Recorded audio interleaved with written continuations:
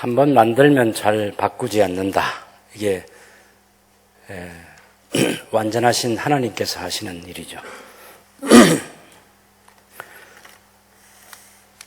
하나님 나라를 설계할 때 오랫동안 생각하시고 또 말씀하시고 충분히 숙성시키셔서 그림을 그리시고 보여주시고 그대로 행하게 하시는 그런 하나님이 하시는 일입니다. 사람은 그렇게 못하죠. 지금 청와대를 옮기려고 하는 거죠. 그래서 좋아하는 사람보다는 안 좋아하는 사람이 더 많아지고 있죠. 왜냐하면 어마어마한 돈이 들 것이다. 이 생각 때문에 그런 거죠. 또 처음 만들 때 그거 안 좋은, 그러니까 별로 경치가 안 좋다고 그러더라고요. 제가 건축 전문가 얘기를 들어보니까. 그래서 지금의 옮기려고 하는 그쪽이 경치로서는, 뷰로서는 아마 한국에서 최고의 위치가 아닌가 그렇게 생각하는 거죠. 그래도 돈이 너무 많이 든다. 그것 때문에 불편한 거죠. 사람이 하는 일이 그렇다는 것입니다. 근데 하나님께서 오늘 여기 레위기 26장 42절에 보면 내가 야곱과 맺은 내 언약과 이삭과 맺은 내 언약을 기억하며 아브라함과 맺은 내 언약을 기억하고 그 땅을 기억하리라 이렇게 말씀하시는 거죠. 아브라함과 맺은 언약 500년 전에 맺은 거죠. 근데 그 언약이 그 자식 때에 이삭 때에 그리고 그 손자인 야곱의 때에도 변하지 않고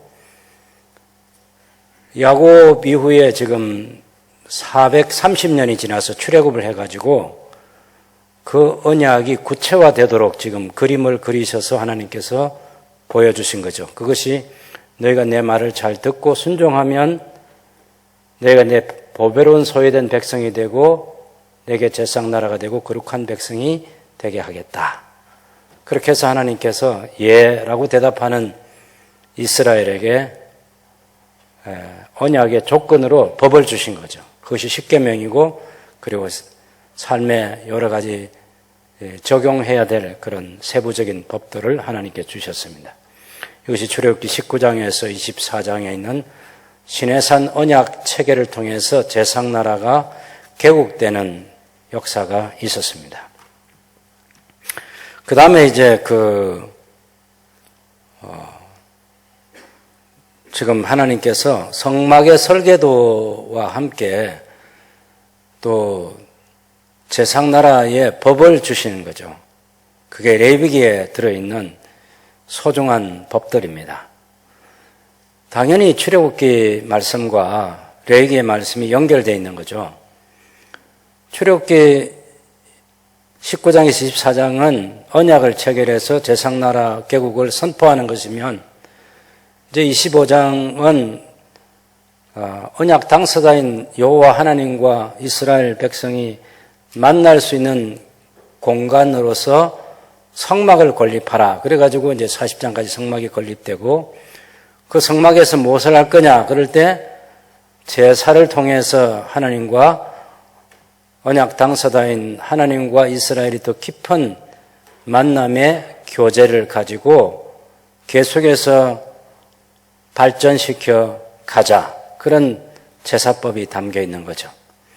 그래서 번제, 소제, 화목제, 속제제, 속건제라고 하는 5가지 제사를 태워서 드리는 화제가 있고 이제 앞뒤로 흔들어 드리는 요제가 있고 위로 들어 올렸다 내렸다 하는 거제가 있고 그 다음에 이제 또 하나님께 제사를 드릴 때 뿐만 아니라 그것을 제사자가 제물을 바칠 때는 어떻게 해야 된다든지 또 제사장이 제사를 드릴 때는 어떻게 해야 되는지 제사자 중심의 법도 주시고 제사장 중심의 제사법도 주시고 그렇게 해서 하나님께 제사 드릴 때는 4가지 방법으로 화제나 또 요제나 거제나 전제나 부어드리는 그런 제사를 드리도록 그렇게 하신 거죠.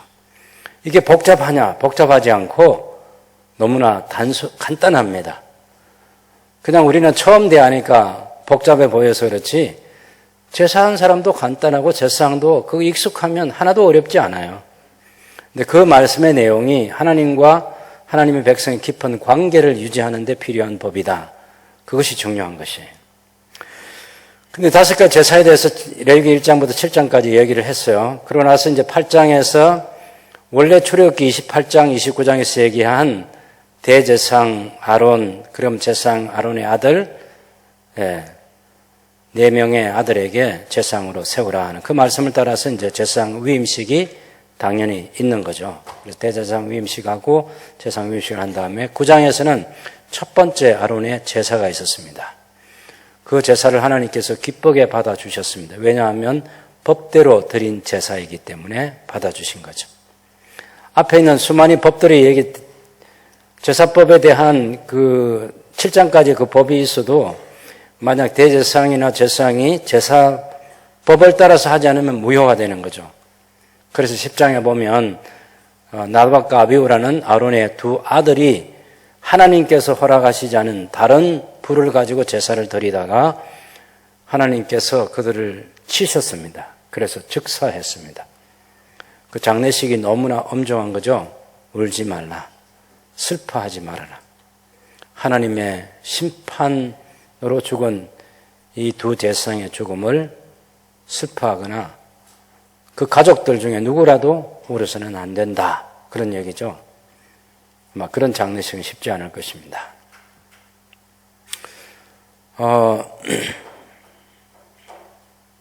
그런데 10장에서 우리가 한번 보면 이 2 제사장의 죽음과 장례식이 있고 나서 하나님께서 하시는 말씀을 잘 들어보면 제사 드리러 갈 때 제사장이 제사 집례를 하면서 포도주나 독주를 마시지 말아라.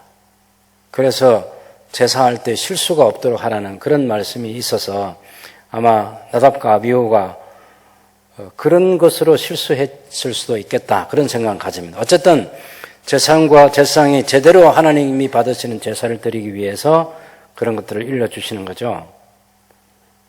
포도주, 독주 마시지 마라. 그 다음에 너희 제사장들에게 먹을 거리 이렇게 있다. 그런 말씀도 하시고.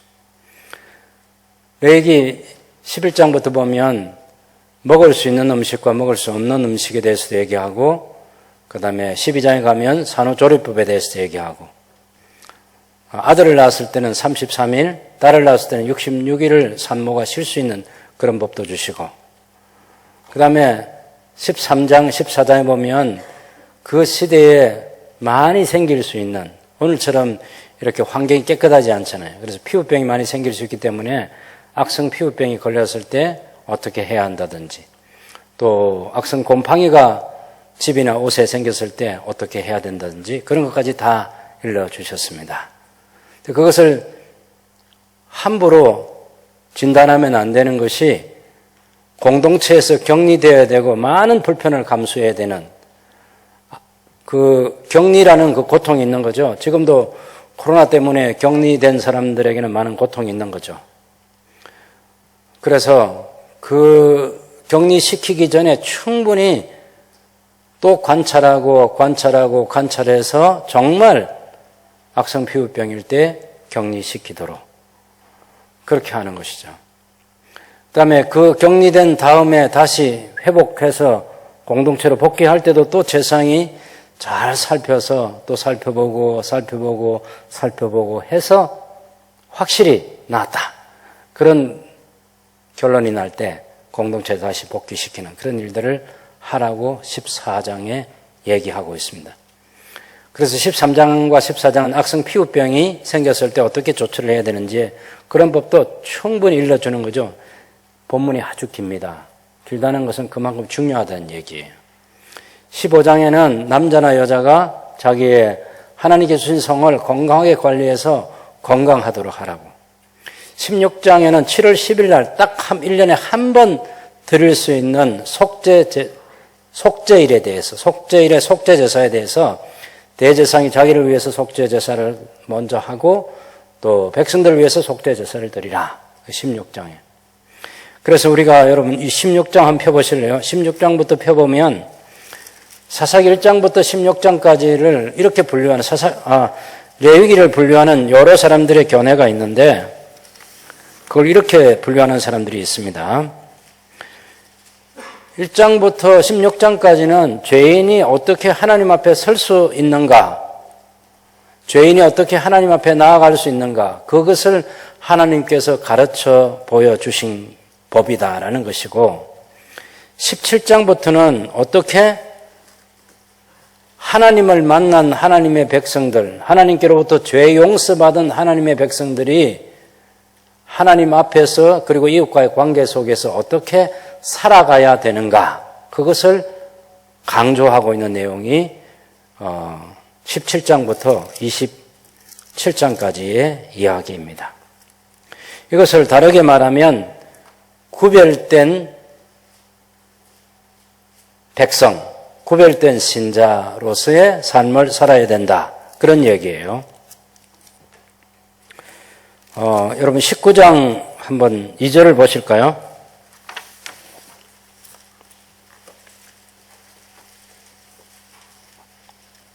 19장 2절에 보면 나는 이스라엘 자손의 온 회중에게 말하여 이르라. 너희는 거룩하라. 이는 나 여호와 하나님 너희 하나님이 거룩함이니라.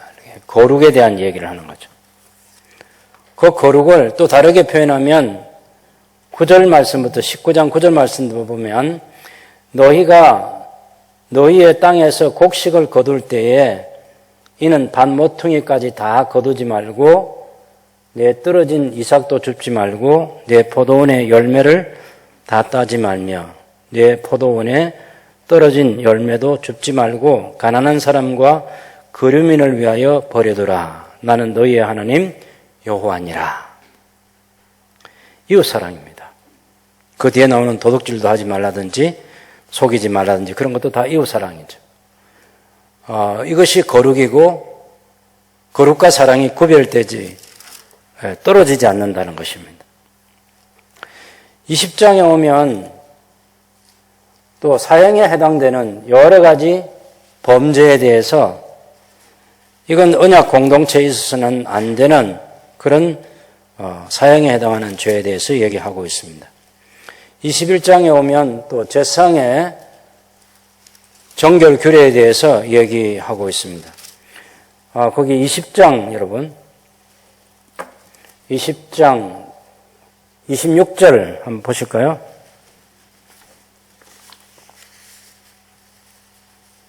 26장 26절 같이 읽읍시다. 너희는 나에게 거룩할지어다. 이는 나 여호와가 거룩하고 내가 또 너희를 나의 소유로 삼으려고 너희를 만민 중에서 구별하였음이니라. 예. 그래서 남자나 여자가 접신하거나 박수무당이 되거든 어떻게 하라. 이것도 다 하나님께서 구별하신 거룩한 삶을 위해서 그런 무속과 관련된 그런 삶을 살면 안 된다. 그런 얘기. 거룩, 그것이 곧 하나님을 사랑하는 것이고 이웃을 사랑하는 것이다라는 것을 가르쳐주고 있습니다. 그 다음에 21장에 오면 제사장 개인과 가정이 어떻게 하나님 앞에 성결하게 될 수 있느냐 하는 것이고 또 21장 10절 이하에 보면 대제사장의 성결 글에 대해서 얘기합니다. 21장 13절에서 15절까지 한 역사와 관련된 것이기 때문에 한번 읽어보겠습니다. 그는 대제사장은 처녀를 데려다가 아내를 삼을지니 과부나 이혼당한 여자나 창녀짓을 하는 더러운 여인을 취하지 말고 자기 백성 중에서 처녀를 취하여 아내를 삼아 그의 자손이 그의 백성 중에서 속되게 하지 말지니 나는 그를 거룩하게 하는 여호와이심이니라. 거룩하게 한다. 구별한다. 대제사장이 다른 제사장과 다른 차이점 하나는 결혼하면 처녀화해야 된다는 것이고 과부나 이혼당한 여자와 하면 안 된다라는 것입니다. 여러분이 잘 알고 있는 그 하스모니안 왕조 때 마카비 혁명이 일어나고 그 뒤에 힐카누스 1세 시몬 또 힐카누스 1세의 아들 아리스토블루스 때에 아리스토블루스가 이제 왕권과 대제사장 권한을 한꺼번에 가지기 위해서 자기 어머니도 감옥에 가둬서 굶겨 죽이고 자기 동생도 죽이고 다른 동생들은 감옥에 가두고 자기가 왕과 제상으로 대제상으로 1년간 권력을 휘두르다가 죽습니다. 그래서 그러면 그 아리스토블루스 1세가 죽고 나서 그 아내인 살로메 알렉산드라가 여왕이 됩니다. 그런데 이 사람이 이제 자기 시동생을 감옥에서 풀어주고 그 시동생 알렉산드 얀네우스라고 하는 이 사람과 결혼을 해요. 그리고 아리스토블루스의 동생인 알렉산드 얀네우스가 대제사장도 되고 왕도 됩니다. 그때 바리새인들이 이 성경 구절을 가지고 저항합니다. 그래서 수천만 명이 피해를 입고 800명이 십자가에 처형당하고 한 사건이 이 성경 구절 때문에 생겨난 일입니다. 대제사장은 과부와 결혼해서는 안 된다. 대제사장이 자기 형수와 결혼해서는 안 된다는 그것이 바리새인들의 율법에 대한 저항의식입니다. 한번 생각해 보세요. 이게 수백 년이 흘러간 거잖아요. 수백 년이 아니죠. 1000년이 더 흘러갔죠. 바리새인들이 저항할 때 그때는 대제사장이 과부와 결혼한 사건 때문에 역사적으로 크게 반항한 사건인 거죠. 그것 때문에 목숨을 잃었어요. 목숨 걸고 하는 거죠. 목숨 걸고. 성경 구절 하나를 가지고 1000년이 지나가도 그대로 살려고 했던 사람이 바리새인인데 이 사람들이 이제 예수님 때는 외식하는 자들이 돼가지고 책망을 받게 됐습니다만은 어쨌든 이것이 이 율법이라고 하는 것은 그냥 법만 주신 게 아니라 그 법대로 살아라고 주신 법이에요. 살아라고. 그 다음에 22장에 오면 또 제사장 그룹이 먹을 양식에 대해서 하나님께 또 걱정해 주시고 말씀해 주신 것입니다. 성물을 먹을 수 있는 것, 먹을 수 있는 자의 신분 같은 것. 22장 10절에 보면 일반인은 성물을 먹지 못할 것이다. 제사장의 객이나 품꾼도 다 성물을 먹지 못할 것이니라. 그래서 제사장의 식물을 먹을 수 있는 사람에 대해서 얘기를 합니다. 23장에 가면 우리가 22장 31절에서 33절까지 이 부분은 읽고 가겠습니다. 너희는 내 계명을 지키며 행하라. 나는 여호와이니라. 너희는 내 성호를 속되게 하지 말라. 나는 이스라엘 자손 중에서 거룩하게 함을 받을 것이니라. 나는 너희를 거룩하게 하는 여호와요 너희의 하나님 되려고 너희를 애굽에서 인도하여는 자니 나는 여호와이니라. 하나님의 거룩하신 이름을 속되게 하지 말라. 나는 너희를 거룩하게 하는 여호와이시다. 그래서 거룩과 사랑이 제사장 나라의 실체입니다. 그 다음에 23장에 와보면 이제 성회로 모일 수 있는 안식일과 여러 절기에 대한 얘기. 23장 1절에 3절은 안식일, 4절부터는 6월절, 그 다음에 15절부터는 오순절, 77절에 대해서 16절, 23년 16절, 일곱 안식일 이튿날까지 합하여 50일을 계수하여 새 소재를 여호와께 드리되 하는 일곱 안식일에 수효를 세우고 50일째 오순절. 그 다음에 또 나팔절에 대해서 23절에 24절 나팔을 불어 기념할 날이. 그 다음에 26절은 또 속죄일에 대해서 한 번 더 16장에 얘기했던 그 속죄일에 대해서 일곱째 달 열흘 날은 10일 날을 말하는 거죠. 속죄일이니. 그냥 우리가 하도 이제 이 행사 자체가 1년에 딱 한 번밖에 없는 날이어서 대속죄일이라 그렇게 얘기하는데 다른 날들에도 속죄를 하죠. 언제든지 번제나 또 속죄제와 속건 제사를 드려서 죄를 용서받을 수 있는 길이 열려 있는데도 특별히 1년에 하루 날을 정해서 속죄일로 정해서 그날에 모든 사람의 죄를 용서해 주시는 그런 날로 하나님이 만들어 주셨습니다. 속죄일에 대해서. 그 다음에 33절부터 보면 장막절, 초막절에 대해서 얘기하고 있고요. 24장에 오면 성소 안에 등잔이라든지 등잔에 대해서 어떻게 관리하고 진설병에 대해서 물려낸 떡에 대해서 5절부터 어떻게 하고 신성 모독죄로 말미암아서 하나님께 죄를 지은 사람을 처형하라는 그런 이야기도 10절 이하에 나오고 25장에 오면 안식년 제도에 대해서도 얘기하고 희년에 대해서도 25장 8절 이하에서는 얘기합니다. 7 안식년을 계수할지니 이는 7년이 7번인즉 안식년 7번 동안 곧 49년이라. 나중에 이 안식년 법도 지키지 않아서 490년을 계산해 가지고 7에 70번이 되는 바벨론 포로 70년의 시간이 바로 이 법 때문에 결정이 된 거예요. 왜 70년이냐 할 때 안식년을 이렇게 지키지 않으면 490년 동안. 그렇게 해서 7 횟수를 헤아려서 70년에 포로 생활을 하면서 땅이 안식하고 안식년을 보면 땅이 안식하게 하는 거죠. 땅이 안식하고 징계를 70년 동안 내리고 70년 동안 교육을 받고 새로운 신앙인으로 거듭나게 되는 그런 바벨론 포로 생활의 70년의 시간이 이것 때문에 주어집니다. 그 다음에 그 뒤에도 안식년, 그 다음에 토지, 그 희년이 됐을 때 토지를 어떻게 돌려줄 것인가 그런 데한 이야기. 가옥도 역시 원주인에게 되돌려주는.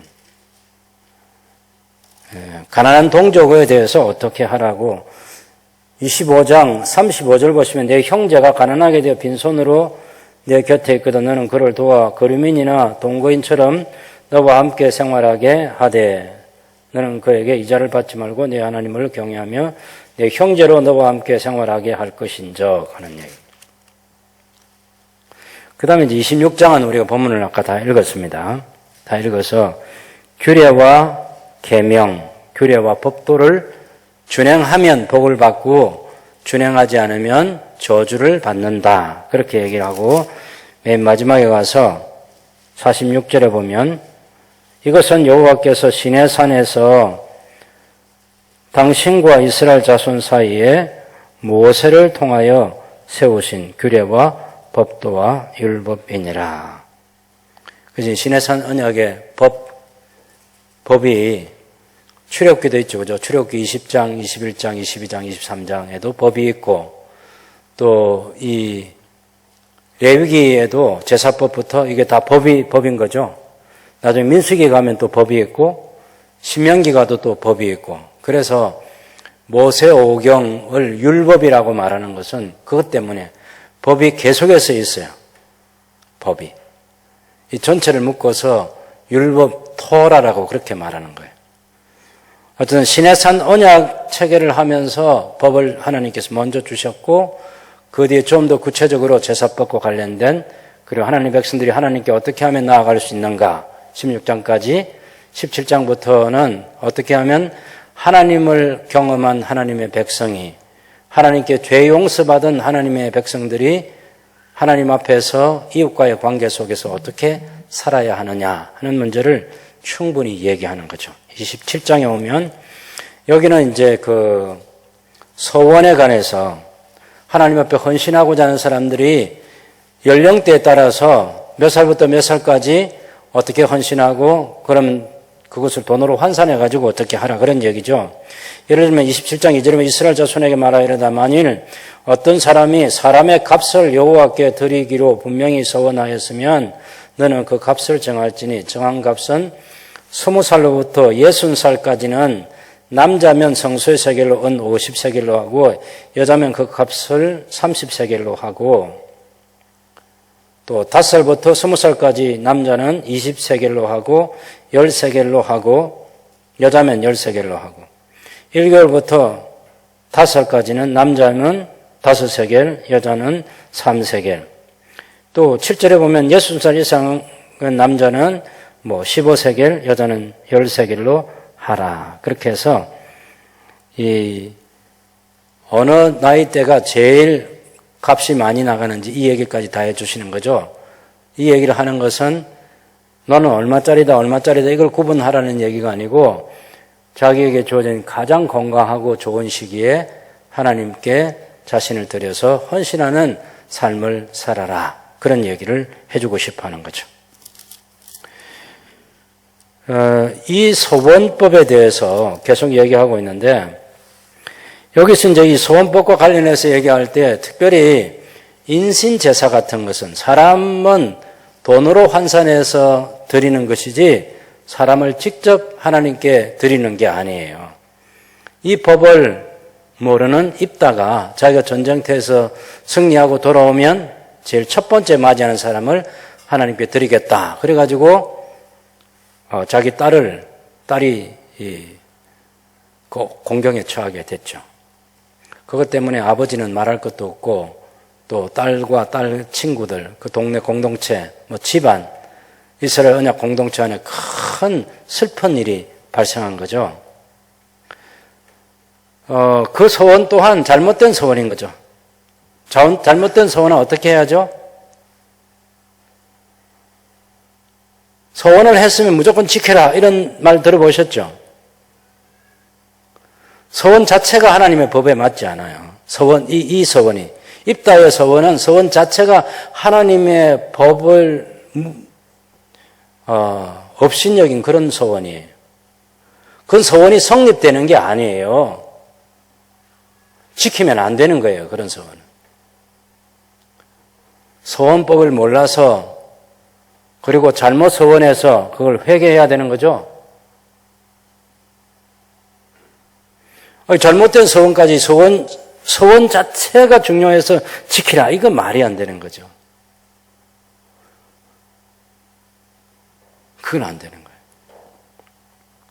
어떤 입다의 생애에 그런 불행한 일이 생긴 것은 이 소원법을 잘 몰라서 레위기 27장의 이 소원법을 몰라서 그런 소원을 하게 되고 가정에 닥친 그런 불행한 역사였습니다. 제가 오늘 설교 제목을 뭐라고 말씀드렸느냐 하면 거룩과 사랑, 제사장나라의 실체다. 이 얘기를 감히 붙인 거죠. 네, 제사장나라의 실체다. 우리가 하나님의 나라, 구약을 제사장나라, 구약시대를 구약교회 성도들이 제사장을 중심으로 해서 제사와 각종 제사와 절기 문화를 통해서 하나님과의 언약 관계를 계속 유지하고 발전시켰던 그 시대를 제사장나라의 시대다 이렇게 말하는 것이고 신약은 예수님께서 혹은 또 세례자 요한이 먼저 하나님 나라가 가까이 왔다 이렇게 요한도 말을 하고 예수님께서도 가까이 왔다 그렇게 말씀하시고 십자가 위에서 다 이루었다 말씀하셨죠. 그래서 하나님의 나라가 법으로는 다 완성됐습니다. 지금 시내산에서 제사장나라 개국을 선포할 때 그때 언약 당사자인 하나님과 이스라엘이 있는 거죠. 그리고 언약 법이 있는 거죠. 그 법을 따라서 살겠다고 하는 거죠. 그래서 언약을 체결하고 이때부터 이제 공식적인 제사장나라가 시작이 됐습니다. 당연히 예수님께서 하나님의 나라의 법을 다 말씀하시고 십자가에서 예수님께서 말씀하실 때 이런 얘기를 했어요. 마태복음 5장 17절에 보면 내가 온 것은 율법과 선지자를 폐하려 온 것이 아니라 온전케 하기 위해서 왔다. 이런 말씀하셨는데 율법과 선지자라는 것은 율법과 선지자를 어떻게 온전케 합니까? 율법과 선지서를 폐지하려 온 것이 아니라 온전하게 하려 왔다. 율법과 선지서가 잘못됐느냐? 아니, 잘못되지 않았습니다. 율법과 선지서는 토라에 나오는 지금 출애굽기에 주신 법도 그렇고 레위기 26장의 법도 마찬가지고 나중에 신명기에도 법이 있고 또 모세 오경 속에 하나님의 법이 많이 들어있잖아요. 이것을 토라, 율법이라고 그렇게 말하는데 그 법에 잘못된 법이 없어요. 예수님께서 그 법을 왜 완전하게 합니까? 아니, 법이 잘못됐어요? 법이 부족해요? 우리가 읽는 십계명이 부족하냐고.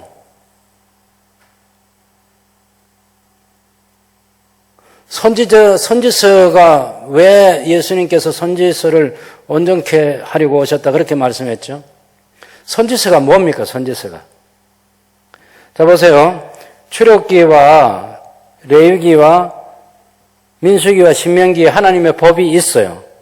그 법을 가지고 어떻게 살아가느냐, 이것은 여호수아서부터 역사서에 쭉 나오는 거죠.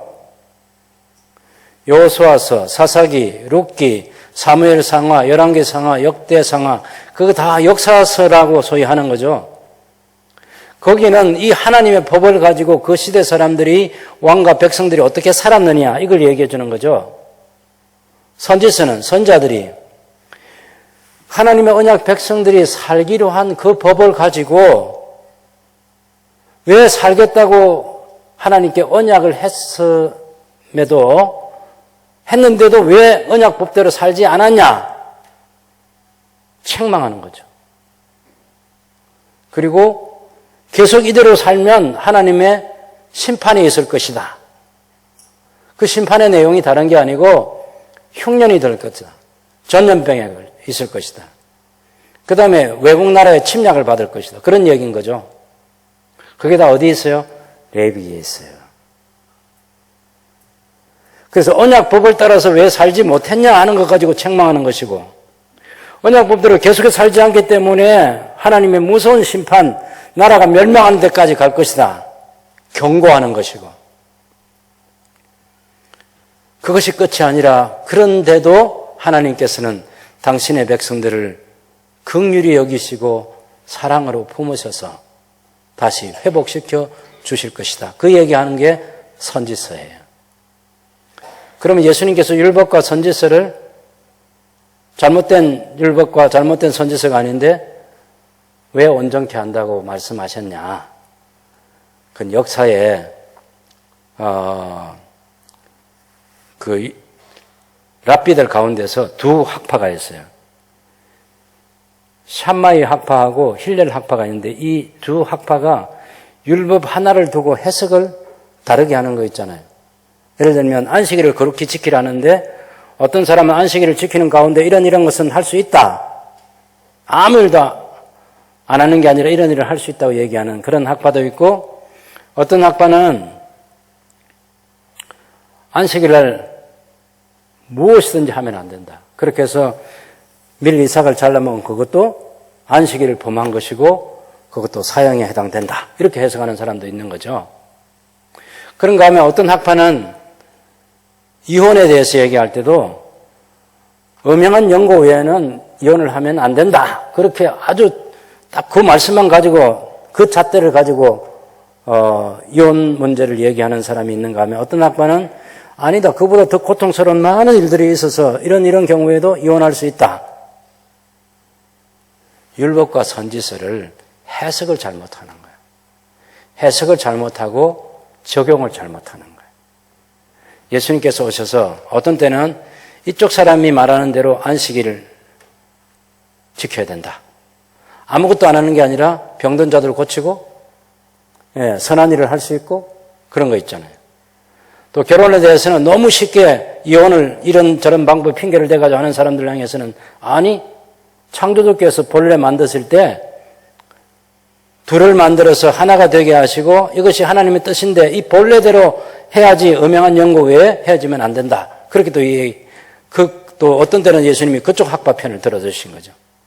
율법의 원래 정신이 무엇인지를 분명하게 가르쳐 주시는 예수님의 가르침이 율법을 온전케 하려고 왔다. 그렇게 해석을 해야 하는 거예요. 제가 지금 여러분에게 말씀드린 것은 거룩과 사랑, 율법이 다른 내용이 아니에요. 하나님과 언약을 맺은 이 백성들은 세상 사람과 다르다는 거예요. 구별되어 있다는 겁니다. 그렇기 때문에 다른 법을 가지고 살아야 된다는 거예요. 가나안 땅 사람들처럼 그렇게 살면 안 된다. 전에 살았던 430년 동안 살았던 이집트 사람들처럼 살면 안 된다는 것이고, 지금 약속의 땅 가나안에 들어갔는데 그 가나안에 들어가서 가나안 땅 사람들이 살고 있는 여러 문화가 있다는 것입니다. 가족 문제도 있고 이웃과의 관계 문제도 있고 또 그 나라대로 또 법이, 그 나라 법이 있지 않겠어요? 그런 법들이 있다는 겁니다. 또 우상 숭배하는 그 신들에 대한 법도 있는 것이고. 그런데 하나님의 백성들은 그런 법으로 사는 사람이 아니라 여기 기록된 이 말씀의 법대로 살아가는 사람이 하나님 나라 백성이다. 제사장 나라 백성이다. 우리가 제사장 나라 하나님 나라인데 실체가 뭐냐, 실체가. 너무나 많은 교회 역사 속에서 구약교회 말할 것도 없고요.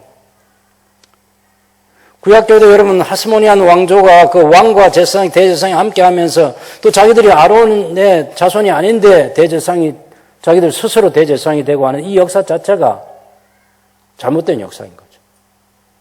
모세오경의 법을 알면 아론의 자손을 찾아서 대제사장으로 세워야죠.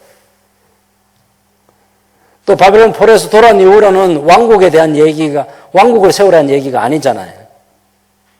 그럼 적어도 역사서를 읽는 사람, 역대상하를 읽는 사람들은 무슨 왕 같은 그런 사람 세우면 안 되는 거죠. 누가 왕이 되려고 나서면 안 되는 거죠.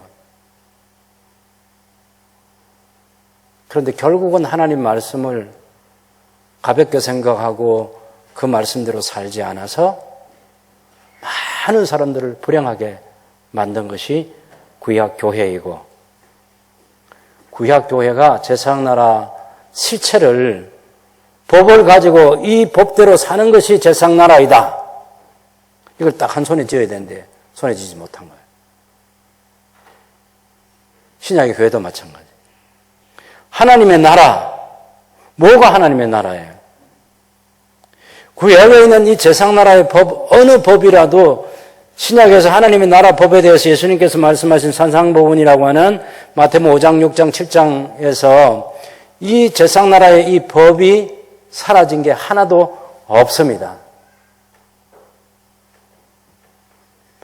신약에서는 딱 한 계명, 제4계명에 해당되는 안식일을 기억하여 거룩히 지키라는 그 계명에 관한 말씀만 없지, 다른 모든 계명이 훨씬 더 차원이 깊고 높게 그렇게 예수님께서 가르쳐 주셨어요. 구약교회 성도들 못지않게 신약교회 성도들, 그 성도들이 말할 때는 목사님 저도 포함되는 그런 성도입니다. 당연히. 우리 성도들이 하나님 나라 법을 가지고 살아가는 게 그게 하나님 나라 모습이에요. 그런데 이 법을 무시한 거죠. 그래서 교회가 손가락질을 당하는 것이고, 교회가 세상 사람들에게 때로는 부끄러움을 당하기도 하고, 교회가 쇠퇴하기도 하고, 소위 313년에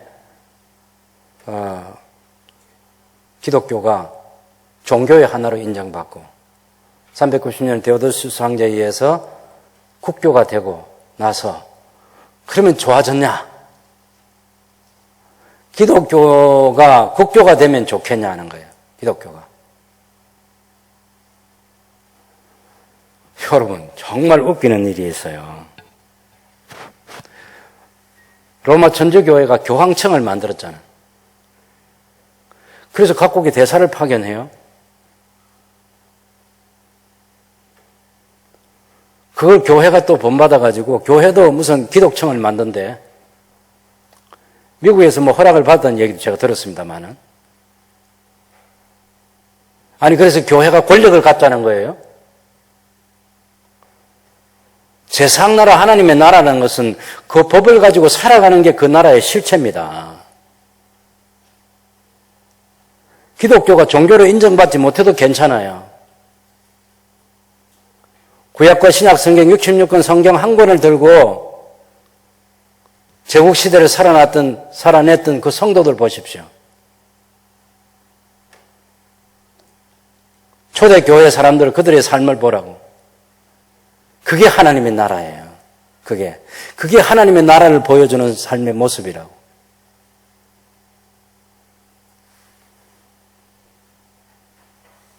그 나라의 실체를 우리가 잘못 붙들고 있는 겁니다. 뜬구름 잡는 것처럼. 여러분, 법입니다, 법. 반드시 왕국이라고 할 때는 그 왕국의 백성들이 법을 가지고 살아갈 때 그 왕국이 어떠한지를 보여주는 거죠. 대한민국 사람들이 헌법과 법률을 따라서 살아가면 우리 대한민국 사람이 굉장히 수준 높은 사람이 되겠죠.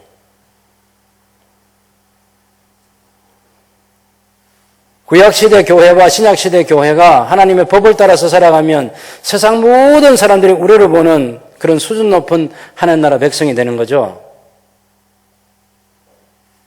그렇게 살라는 것입니다. 예수님께서 하나님의 나라가 임하게 하시오며 하는 이것이 뜬구름 잡는 그런 하나님의 나라가 아닙니다. 이것은.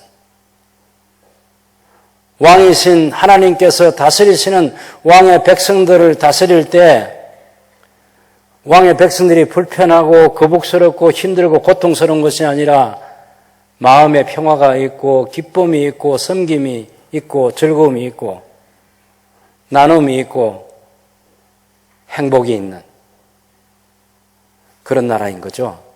어떻게 할 때? 법대로 살 때. 하나님 말씀의 법을 따라서 살아갈 때. 그 얘기를 해주고 싶어 하는 거예요. 그래서 이 레위기를 보면 어느 한 곳, 우리가 잣대를 가질 때 거룩과 사랑이 하나라고 하는데 거룩과 사랑과 관계되지 않는 어떤 말씀도 없어요. 제사제도도 보면 거기에 번제를 드릴 때는 이렇게 하고 소제를 드릴 때는 이렇게 하고 화목제사를 드릴 때는 저렇게 하고 뭐 속죄자 속건제는 이렇게 하라 그럴 때 그게 거추장스럽고 복잡한 그런 것이 아니라 그 속에 들어있는 하나님의 한없는 사랑과 은혜가 거기 들어있는 거죠. 하나님의 사랑과 은혜. 형편대로 제사해라. 다른 사람 소 몰고 가서 제사 드린다고 너도 소 가지고 가라. 아니. 양밖에 없잖아. 염소밖에 없잖아. 비둘기밖에 없잖아. 속죄 제사는 아무리 가난한 사람이도 가루 한 움큼 가지고도 속죄가 이루어진 그런 제사를 드리도록 하나님께서 어떻게 말씀하시는 거죠? 하나님, 제가 가진 것이 없어요. 제게는 소도 없고 양도 없고 염소도 없고 비둘기도 없어요. 오케이, 괜찮아. 가루 한 움큼이면 충분해. 그렇게 해서 용서해주고 싶어 하시는 거죠?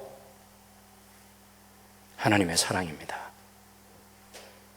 화목제 드렸다고 화목제사 드린 사람만 기뻐하고 즐거워하는 것이 아니라 그 제사도 드릴 수 없는, 왜냐하면 소나 양이나 염소까지도 없는 그런 다른 사람과 나누도록 하시는 그 제사법 속에 복잡함이 아니라 하나님의 사랑과 거룩이 더 보여지는 거죠.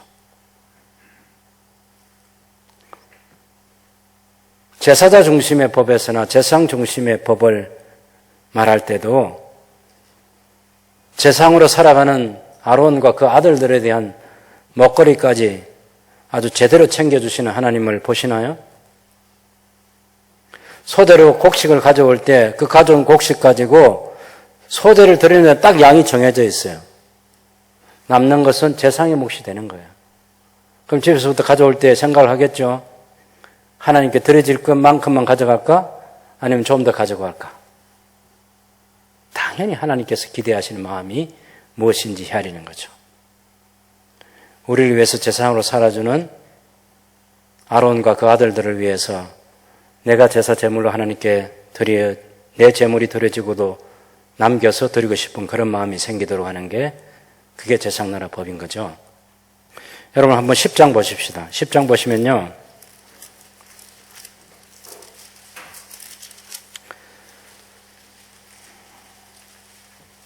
아론의 아들 나답과 아비후가 제사를 잘못 드려가지고 죽었습니다. 3절에 보면 모세가 아론에게 이르되 이는 여호와의 말씀이라. 나는 나를 가까이 하는 자 중에서 내 거룩함을 나타내겠고 온 백성 앞에서 내 영광을 나타내리라 하셨느니라. 그래서 모세가 6절에 보면 아론과 그의 아들 엘라살과 이다말에게 이르되 너희는 머리를 풀거나 옷을 찢지 말라. 그리하여 너희가 죽음을 면하고 여호와의 진노가 온 회중에게 미침을 면하게 하라. 오직 너희 형제 이스라엘 온 족속은 여호와께서 치신 줄로 말미암아 슬퍼할 것이니라. 백성들은 여호와께서 치신 것 때문에 슬퍼하지만 가장 가까운 가족인 아론과 그 죽은 나답과 아비후의 동생들에게는 슬픈 표시를 하면 안 된다. 얼마나 엄중하고 무겁고 힘든 장례식이었겠습니까? 그런 실수를 반복하지 않도록 하기 위해서 9절에 보면 너와 네 자손들이 회막에 들어갈 때는 포주나 독주를 마시지 말라. 그리하여 너희 죽음을 면하라. 이는 너희 대대로 지킬 영원한 규례니라. 끝. 이렇게 하시지 않고 12절부터 15절까지는 아론과 그 남은 아들 엘리야살과 이다말에게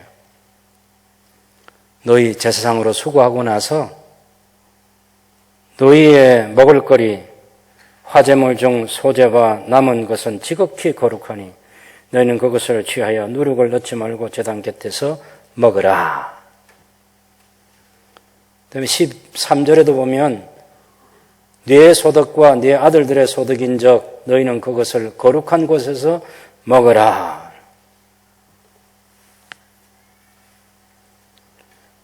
(14절) 마지막에도 화목제물 중에서 네 소득과 아들들의 소득으로 주신 것임이니라. 15절도 들어올린 뒷도리와 흔든 가슴 화제물의 기름과 함께 가져다가 요제를 삼을지니 이는 여호와의 명령대로 너와 네 자손의 영원한 소득이니라. 먹으라 소득이니라. 먹으라 소득이니라.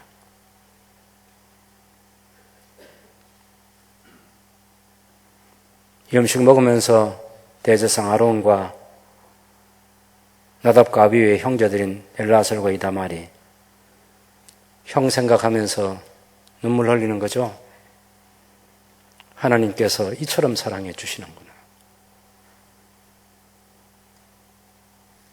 이처럼 사랑해 주시는 영원한 소득으로 정해 주시면서 살게 해 주시는구나. 죽이시는 게 하나님의 목적이 아니구나.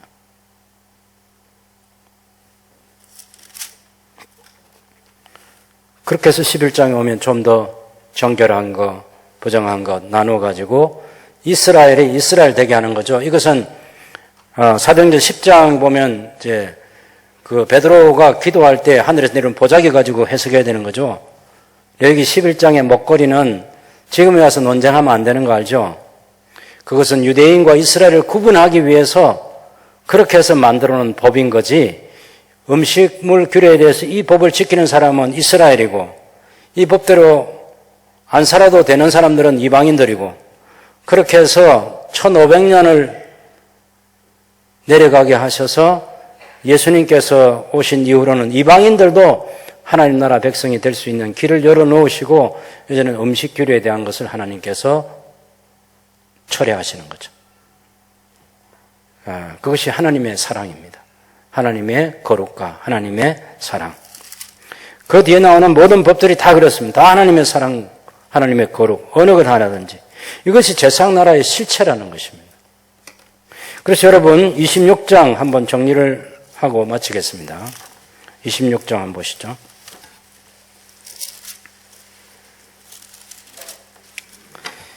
제사장나라의 실체로서 언약법이라고 말할 때 오경 속에 들어있는 모든 법이 다 제상나라의 실체로서 언약법입니다.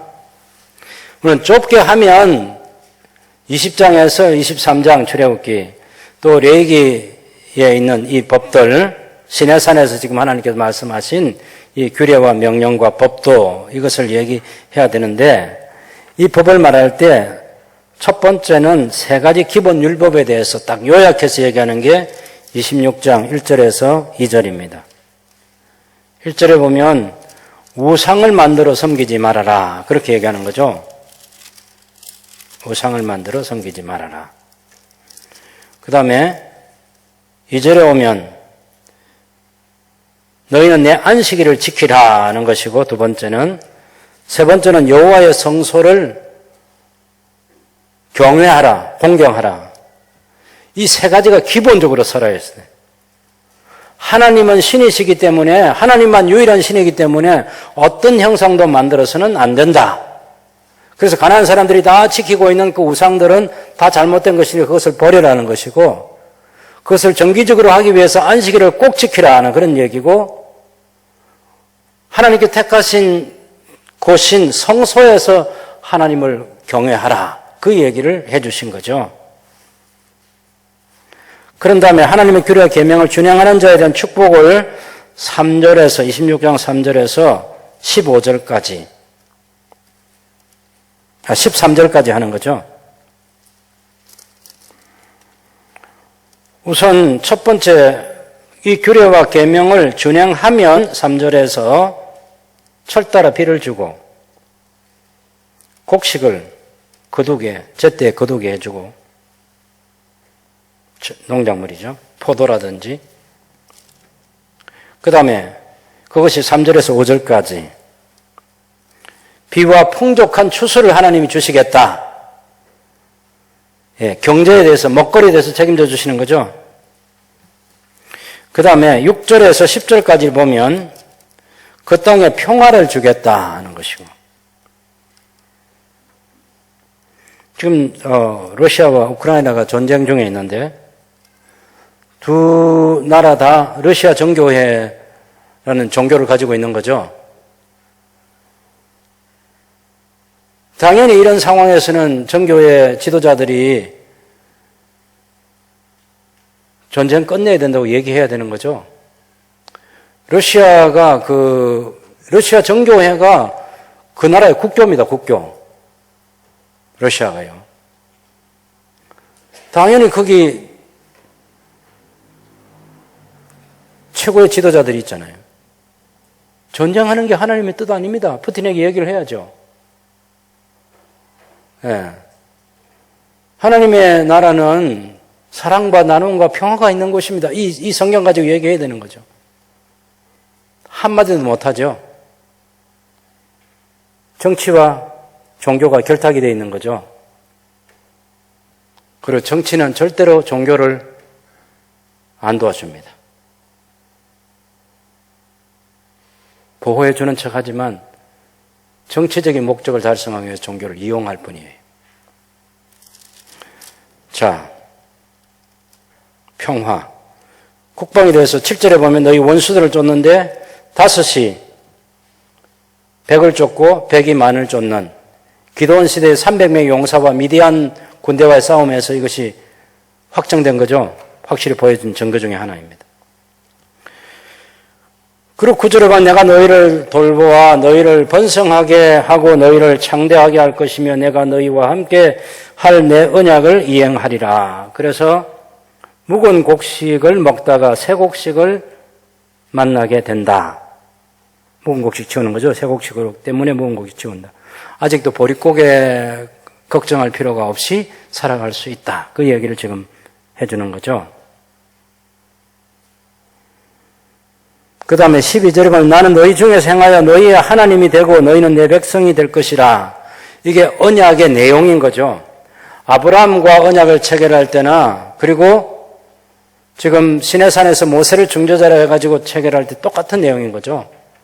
하나님이 그들의 하나님이 되어주시고 그들은 하나님 보배로운 백성이 되는 이 언약의 내용. 이것이 요한계시록 21장 3절에까지 계속되는 거죠. 이 언약의 내용은 절대로 바뀌지 않는, 내가 너희의 하나님 되어주고 너희는 내 백성이 되고 내가 너희를 책임지고 내가 너희를 구원하고 내가 너희를 돌보고 내가 너희의 필요를 공급해주고 나는 그런 하나님 너희의 여호와이니라. 이거 하나님께서 강조해두고 싶은 거죠.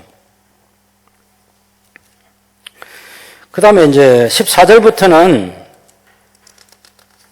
이제 준행하지 않았을 때 저주가 임하는 얘기를 14절에서 17절까지 질병과 기근과 외국과의 싸움에서 패배를 당하게 되는 것을 14절부터 얘기합니다. 내 계명을 준행하지 아니하면 언약을 배반할진대 16절을 보실까요? 이같이 행하리니 곧 내가 너희에게 놀라운 재앙을 내려 폐병과 열병으로 눈이 어둡고 생명이 쇠약하게 할 것이요. 너희가 파종한 것은 그다음 질병에 걸리고 두 번째는 파종한 것이 헛되고 대적이 와서 그것을 뺏어가고 수탈을 당하는 거죠. 또 하나님께서 치신다고 17절에 너희가 너희의 대적에게 패할 것이고 외국 군대가 너희를 쳐서 너희가 패하게 되는 전쟁에 패배하게 되는 그런 일이 있다고 얘기하는 거죠.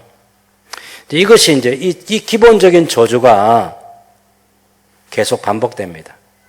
그 뒤부터는 이제 그렇게까지 하나님이 지금 첫 번째는 예를 들면 질병에 조금 보여주시고 그 다음에 기근도 조금 보여주시고 다른 나라와 싸움에서 조금 패배하게 하고 그것을 통해서 깨닫고 우리가 하나님께 돌아가자 해서 하나님께 돌아가면 되는데 그렇게 안 돌아간다는 얘기예요. 하나님께서 첫 번째 조치를 취하는데도 하나님께 돌아오지 않으면 어떻게 하느냐? 계속 벌을 추구하고 더한다는 그런 얘기를 그 뒤에 하는 거죠. 18절에서 20절은 가뭄과 흉년을 더하게 하겠다고. 또 21절에서 22절까지는 세 번째 저주는 위험한 짐승들 때문에 두려움을 갖게 될 거라고. 그 다음에 23절에서 26절은 세 번째 초과된 저주인데 연병과 기근을 가져오는 전쟁이 있을 것이라고 얘기합니다. 그 다음에 27절에서 33절까지는 다섯 번째 저주이고 추가는 네 번째 되는 건데 아주 전쟁으로 만나서 정말 끔찍한 비극이 생긴다고. 한번 보실까요, 여러분? 27절에서 33절까지. 한번 같이 읽어보면 좋겠습니다.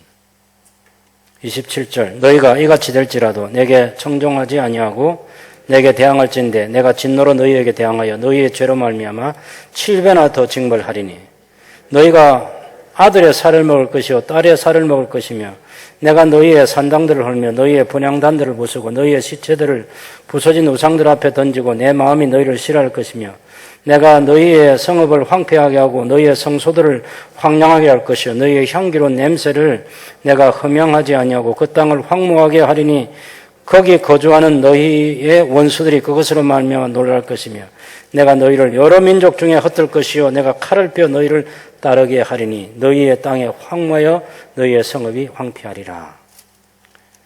29절에 보면 너희가 아들의 살을 먹을 것이요 딸의 살을 먹을 것이다.